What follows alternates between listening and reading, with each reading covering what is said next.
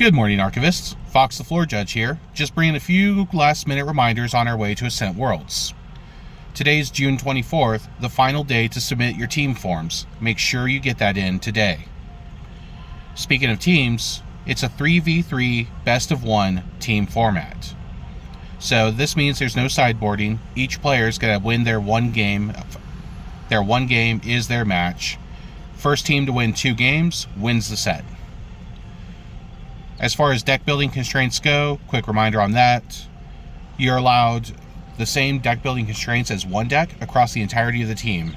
So that's 1 copy of any one material deck card, up to 4 copies of any main deck card, but that is shared amongst all 3 team members. On spirits, the prize spirits such as Kaze, Gwendolyn, Minth, Aethne, they all count as their basic version. So if you're running Aethne Spirit of Fire, then that's the only basic Spirit of Fire allowed on your team. Another point is crosstalk. So player A and player C cannot directly communicate with each other. That's primarily to keep the noise levels down and to keep from talking over other people's games. It appears that we're changing from last year to this year, where we're going to allow telephoning. So player A can tell player B, hey, it looks like this has changed. Like, my opponent has this. Let C know that they don't have to deal with this card. Now, that should be covered in the player meeting prior to the start. Just verify that then. Another thing to remember is how to properly make a judge call. You need to shout the word judge, so that way we can hear you. And you also need to raise your hand high. Not just here, but all the way up. That way we can also see you over the entire sea of like 250, 300 players in the team's event. There's going to be a few of us wandering around, quite a few of us, but we need to see you and hear you. Going to be a lot of people. We're going to keep our head on a swivel. Help us help you. Deck checks can and will happen. Since it's a best-of-one format for each individual player, there's not going to be any sideboarding, so you don't need a whole lot of extra cards. If you have a bunch of extra cards in your deck box, put them in a second box. Get them clearly separated from your deck. That way, if you're deck checked, we're not going to have to ask a bunch of weird questions like, what's this doing here? It fits the rest of your deck. It seems like an upgrade. Your teammate's running 4 copies of this already. Why do you have this card? We don't want to ask those questions. You don't want us to ask those questions. Let's not deal with those questions.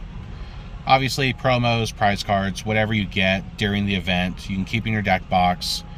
Just definitely make sure they don't wind up in the same kind of sleeves as your main deck. That'll be a problem. Speaking of cards in the same sleeves as your main deck, make sure you have all your generated cards and they're consistently sleeved with the rest of your deck. If they're inconsistently sleeved, that is an illegal card, so make sure that you have that covered.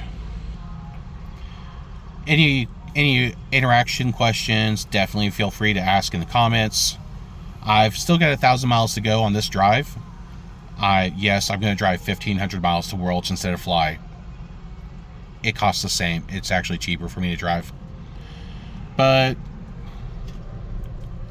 if you've got any questions like rulings, different interactions, make sure to throw them in a comment, because I'm going to make another video either tonight or tomorrow, and I'll answer a bunch of different common questions. I know a few things. Had a couple people asking recently about trying to use stealth to avoid getting cleaved. That won't help, because cleave chooses a player and attacks their board. It doesn't choose units to attack.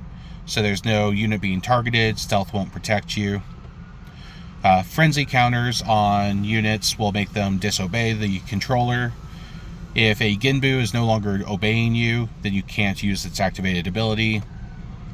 A unit with a frenzy counter or a unit with pride that is not obeying the champion, you cannot resolve an intercept trigger on them. You cannot activate any activated abilities, and you cannot declare attacks with them. Try to keep your timings tight and consistent.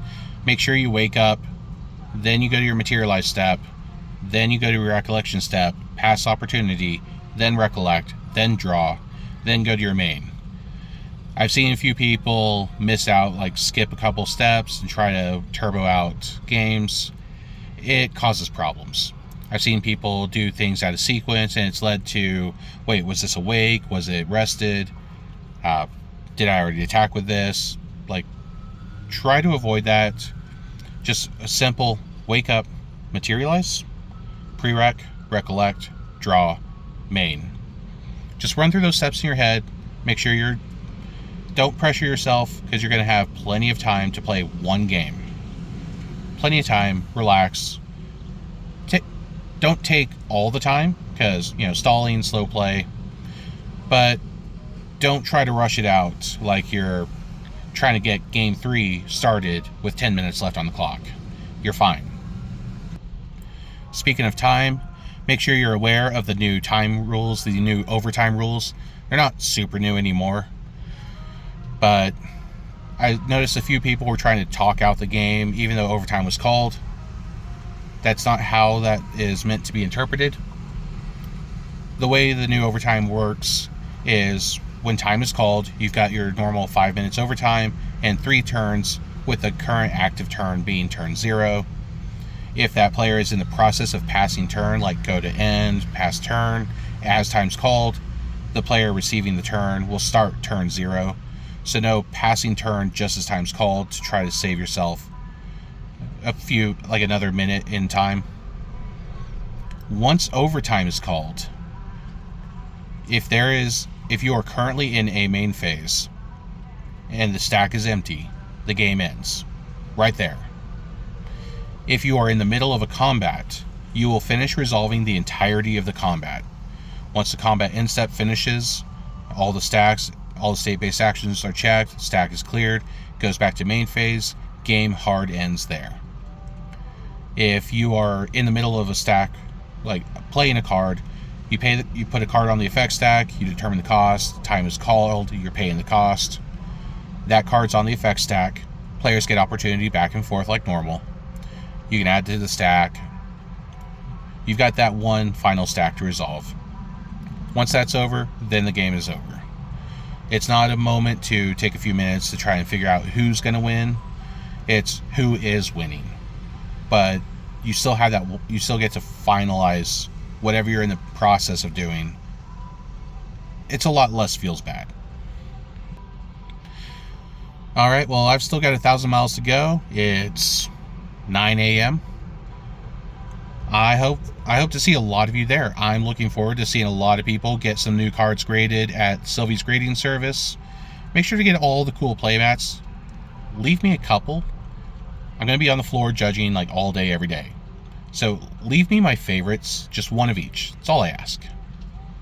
All right, Floor Judge Fox, over and out.